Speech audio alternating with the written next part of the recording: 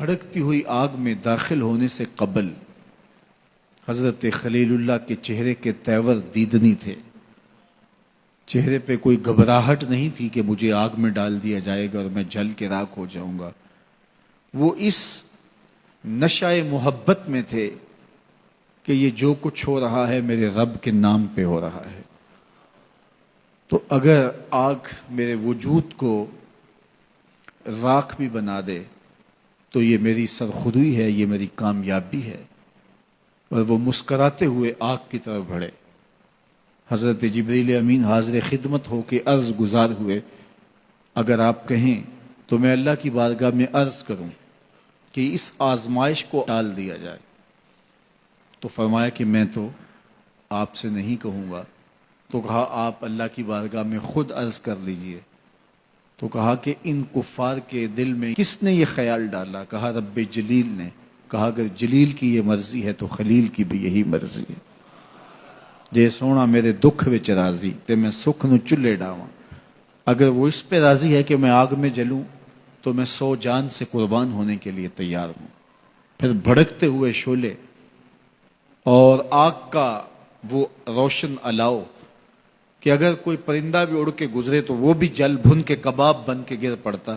بے خطر کود پڑا آتش نمرود میں عشق، عقل ہے محو تماشائے لبے بام. ابھی بنیرے پہ کھڑی عقل سوچتی رہ گئی لیکن عشق نے چھلانگ بھی لگا دی. لیکن پھر جو کامیابی سمیٹی، جو کامرانی ہاتھ میں آئی، عزتوں کا جو تاج پہنایا گیا وہ انہی کا مقصوم تھا. اب حضرت سارہ سلام اللہ علیہا سے نکاح ہوا تو اولاد کی نعمت سے مالا مال نہیں کیے گئے. یہ ایک آزمائش تھی. اولاد تو ماں باپ کے سینے کا قرار ہے، روح کی تسکین ہوتی ہے. ان کو دیکھ کے وہ دوبارہ سے جوان ہو رہے ہوتے ہیں. ان کی کلفتیں تکلیفیں اولاد کو دیکھ کر کے مٹ جاتی ہیں. اور پھر اولاد بھی عمر کے آخری حصے کی ہو تو اس کو دیکھ کر کے جو تسکین بوڑھے باپ کو ہوتی ہے، میرے پاس تو ایسے لفظ نہیں ہیں کہ میں اس کیفیت کو بیان کر سکوں. اب حضرت خلیل اللہ اس عالم میں ایک بیٹے سے نوازے جاتے ہیں، نام اسماعیل رکھتے ہیں اور اس کو دیکھ دیکھ کے جیتے ہیں. لیکن اللہ نے ایک اور آزمائش ان پہ ڈالی. کہا اس بیٹے کو اور اس کی ماں کو ایسی وادی میں چھوڑ آؤ جہاں انسانی وجود کیا حیوانی وجود بھی نہ ہو.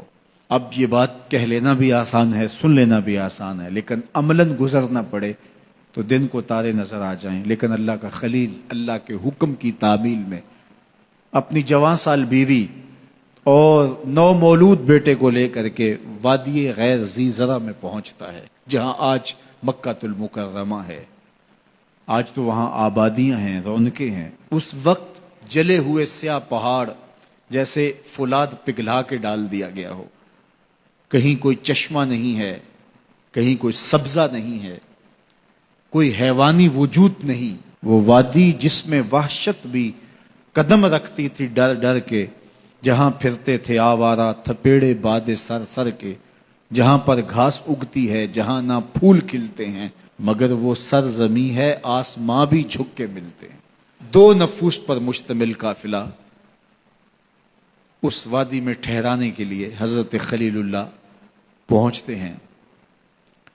رات گزری. حضرت ابراہیم علیہ السلام نے سحر کے وقت اٹھ کے دعا مانگی اور اس مقدس قافلے کو اللہ کے سپرد کیا اور واپس پلٹنے لگے تو وفا شیار بیوی نے آگے بڑھ کے دامن تھاما اور کہا میرے شوہر نامدار، اس وادی بے آب و گیا میں ہمیں تنہا چھوڑ کے کہاں جا رہے ہیں؟ اب کیا جواب دیتے؟ خاموش رہے. تھوڑی دیر کے بعد پھر قدم اٹھنے لگے تو زوجہ کا ہاتھ بڑھا اور دامن پکڑ لیا. اس وادی غیر ذی زرع میں، بے آب و گیا وادی میں، جہاں انسانی وجود کیا حیوانی وجود بھی نہیں پایا جا رہا، اپنے نو نہال بیٹے کو اور مجھے چھوڑ کے کہاں جا رہے ہیں؟ حضرت خلیل نے کوئی جواب نہیں دیا. تھوڑی دیر بعد پھر قدم اٹھنے لگے تو پھر دامن پکڑا. حضرت خلیل کوئی جواب نہیں دیتے. تو حضرت حاجرہ نے پوچھا کیا یہ رب کا حکم تو نہیں؟ قال نعم، کہا ہاں یہ رب کا حکم ہی ہے۔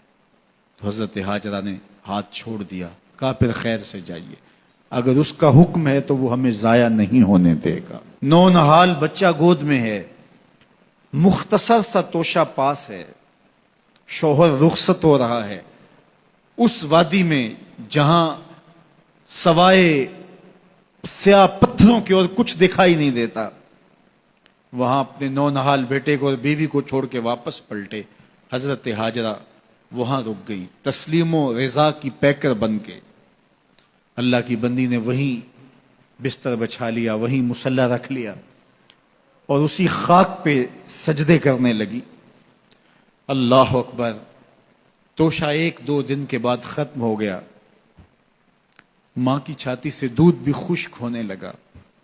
نونہال دودھ سے تڑپا تو ماں کے کلیجے کو ہاتھ پڑا، بیٹے کے لیے پانی کی تلاش میں نکلی، ایک پتھر کی اوٹ میں فرزند کو لٹایا اور خود جبل صفا پہ گئیں اور اطراف میں دیکھا کہ کہیں کوئی پرندے اڑتے دکھائی دیں، اور اس نشان پہ پہنچوں اور کچھ پانی اپنے بیٹے کے لیے لے کر آؤں، لیکن چاروں طرف نظر گھمائی اور دیکھا کہ کہیں کوئی آثار دکھائی نہیں دے رہے۔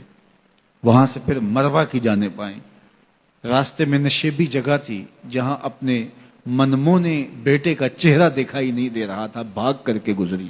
پھر کوہ مروہ پہ پہنچتی ہیں اور اطراف میں دیکھا، چاروں طرف نظر گھمائی کہ کہیں کوئی پرندے اڑتے دکھائی دیں اور میں اس نشان پہ پہنچ کے بیٹے کے لیے پانی لے کر آؤں، اس کے کام و دہن میں کچھ قطرے ٹپکاؤں تاکہ زندگی کی حرارت باقی رہے، لیکن وہاں بھی دیکھا کچھ نظر نہیں آیا۔ صفا پہ دیکھ لیا تھا، مروہ پہ بھی دیکھ لیا، مایوس ہو کے کھڑی ہو جاتی، لیکن ممتا کی بے چینیاں، ممتا کا اضطراب، ممتا کا التہاب، اس کا پیچ و تاب اس کو رکنے نہیں دیتا۔ ماں پلٹ کے پھر صفا پہ آتی ہے اور نظر گھما کر کے دیکھتی ہے کہ کوئی آثار دکھائی دیں، لیکن کچھ نظر نہیں آتا، تو پھر ماں دوبارہ پلٹ کے مروہ پہ جاتی، نشیبی جگہ سے دوڑ کے ماں گزرتی ہے۔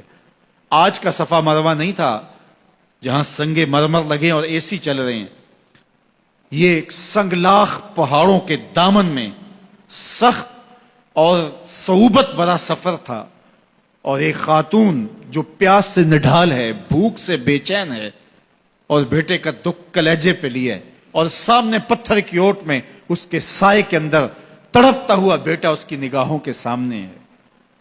ماں پھر مروہ پہ پہنچتی ہے، دیکھتی ہے کہ وہاں بھی کوئی آثار نمودار نہیں ہوتے، لیکن بے چینی، بے قراری، التہاب، پیچ و تاب، اضطراب، بے چینیاں ماں کو پھر صفا پہ لے آتی ہیں۔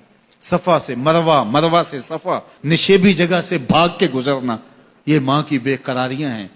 جب ماں 7ویں چکر میں مروہ پہ پہنچتی ہے تو ادھر دیکھا کہ بیٹا ایڑیاں رگڑ رہا ہے، تو بیٹے کے ایڑیاں رگڑنے سے ماں کا دل دھک کر کے بیٹھ جاتا ہے کہ بیٹا زندگی کی آخری ہچکیاں لے رہا ہے۔ ماں تھی، تھکی ہوئی ماں، 7 چکر لگا چکی ہے، پیاس سے چور اور بھوک سے تڑپتی ہوئی ماں ممتا سے مجبور ہو کے وہاں سے دوڑی کہ میں آخری لمحے اپنے بیٹے کو اپنے سینے سے چمٹا لوں، اس کے چہرے کی بلائیں لوں۔ ماں جب قریب آئی تو منظر بدلا ہوا تھا، کیا دیکھا کہ معصوم ایڑیاں رگڑ رہا ہے اور پانی کا چشمہ طواف کر رہا ہے، پاؤں سے پانی پھوٹ رہا ہے اور پانی بہہ کے پھیلنا چاہ رہا ہے، تو جلدی سے منڈیر کرتے ہو کہا زمزم رک جا، رک جا۔ فرمایا حضور نے کہ اللہ بھلا کرے سیدہ حاجرہ کا، اگر وہ زمزم کہہ کے پانی کو روکتی نا تو یہ پوری روئے زمین پہ پھیل جاتا۔ اب اللہ تعالیٰ نے پانی کا اہتمام کر دیا، اور یہ چشمہ جو حضرت اسماعیل کے قدموں کا فیضان ہے، قیامت تک کے لیے فیض بانٹ رہا ہے۔ ہزاروں سال ہو گئے، لوگ وہاں بھی پیتے ہیں اور اپنے اپنے ممالک کے اندر بھی یہاں سے بھر کے لے جاتے ہیں، لیکن یہ چشمہ کبھی بھی خشک نہیں ہوا، اور اس کا پانی لوگوں کو آج بھی فیض دے رہا ہے، اور یہ دوا بھی ہے، شفا بھی ہے، غذا بھی ہے۔ یہ پانی جو ہے وہ نور و نکھت سے مالا مال ہے، اور یہ حضرت سیدنا اسماعیل کے قدموں کی سوغات ہے۔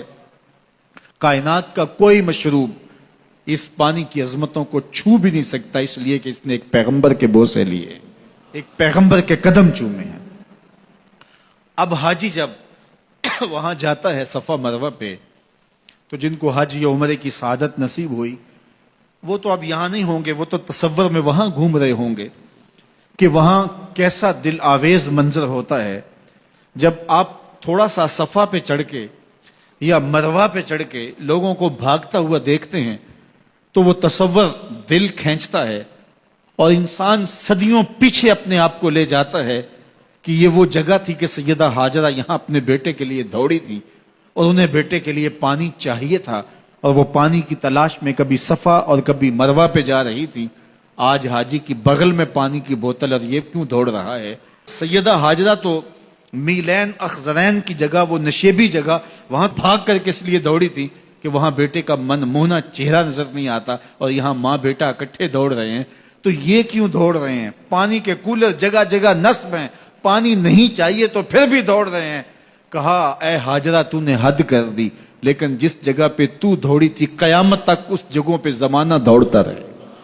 یہ پروٹوکول ہے، یہ اعزاز ہے، یہ تکریم ہے سیدہ ہاجرہ سلام اللہ علیہا کی۔ ولی بھی دوڑتے ہیں، شہنشاہ بھی دوڑتے ہیں، کج کلا بھی دوڑتے ہیں، بوڑھے غریب امیر سارے دوڑ رہے ہیں، بچے بھی دوڑ رہے ہیں۔ اللہ اکبر! کہا اے ہاجرہ جن راہوں پہ تو دوڑی ان راہوں پہ امام الانبیاء بھی سعی کریں گے، ان راہوں پہ نبی بھی دوڑیں گے، غوث کتب ابدال اور ولی بھی دوڑیں گے۔ اللہ اکبر! اس دوڑنے کو عبادت بنا دیا گیا۔ انہیں تو پانی چاہیے تھا اس لیے دوڑی، حاجی پانی کے لیے نہیں دوڑ رہا، سیدہ ہاجرہ کی اس ادا کو ادا کر رہا ہوتا ہے۔ تو ذرا دیکھیے پلٹ کے ماضی کی طرف، تو یہ ہمارے اسلاف کی ادائیں ہیں جن کو ہم تازہ کر رہے ہیں۔